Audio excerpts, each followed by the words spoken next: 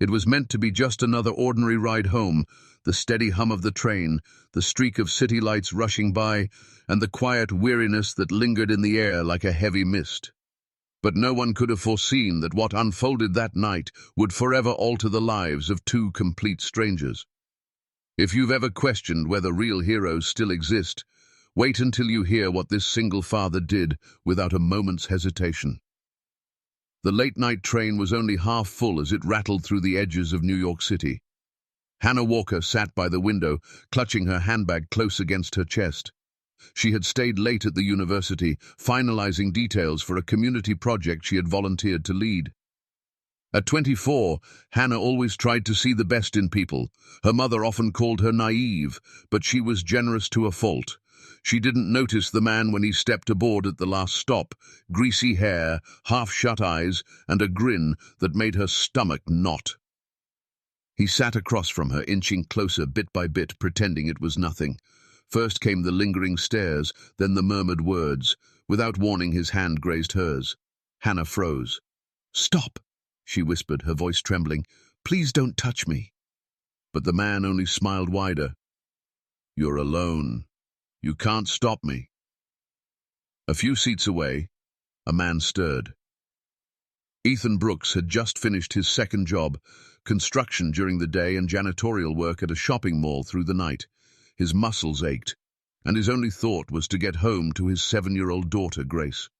She had begged him not to take the extra job, but life had been hard since his wife passed away 3 years earlier.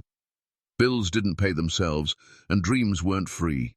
All Ethan wanted was to keep Grace's dreams alive. When he heard that frightened voice, he didn't think twice. He didn't weigh the risks. He simply stood. "Hey!" On he barked, his tones slicing through the stillness of the carriage. The harasser flinched, glancing toward him. Ethan strode forward and planted himself between Hannah and the man. He was tall, broad-shouldered, with calloused hands and deep worry lines carved into his forehead. She said, "Stop. Are you deaf or just stupid?" The man scoffed.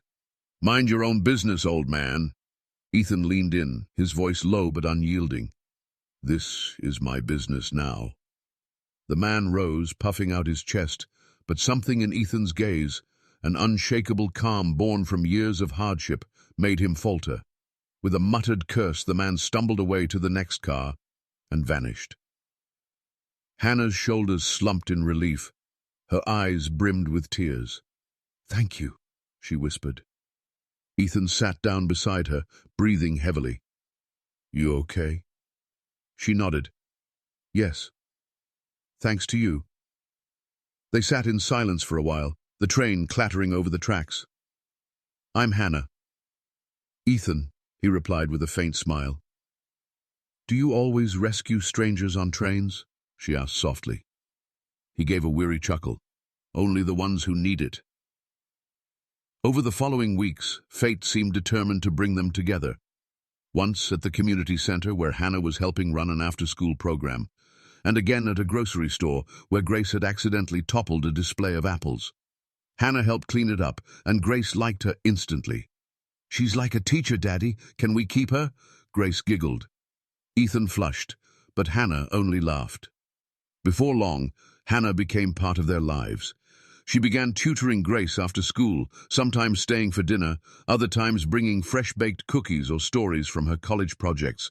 There were no plans or expectations, just comfort, healing, and friendship. Ethan found himself opening up, telling her about his wife, Claire, and the cancer that crept in like a thief in the night, how he had wanted to give up, but couldn't, for Grace's sake.